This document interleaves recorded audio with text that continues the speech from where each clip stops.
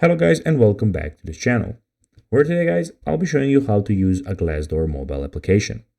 So guys, the first thing that you of course need to do is go to glassdoor.com and you'll be greeted by a website like this. Now when you're here, you just need to go and log into your profile. But guys, if you do not have one, you can always go and register to Glassdoor. But guys, if you do not know how to do this, you can always go to our YouTube channel where we have plenty of how to Glassdoor videos where you can see how you can do this.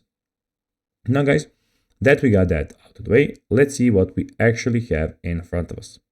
So here we have the Glassdoor website, as you can see, where we have a lot of different options. So first of all, we have the community, where you can go and click this to post a post. Also, we have some conversations and some posts that you can go and share here. We have jobs, where you can click on and you can find jobs here. So your job search starts here, find a role that's right for you. You can find your perfect job, put the location, and see if what's there for you. We have companies, where you can search for some companies. So you search for companies, click search, and you have if you have an employer in mind.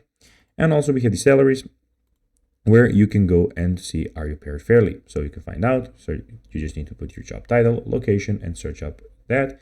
And in the top right corner, we have your profile, job activity, contributions, settings, help center, and the sign out option.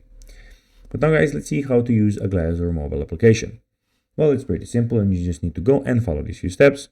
Basically, what you need to do is go in your app store and download the application. Whether you have an iOS or you have an Android phone, it's the same. It's supported by both platforms, so you won't be having a problem to find it there and downloading it immediately.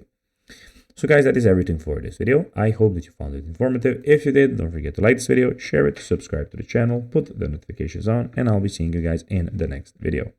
Bye guys.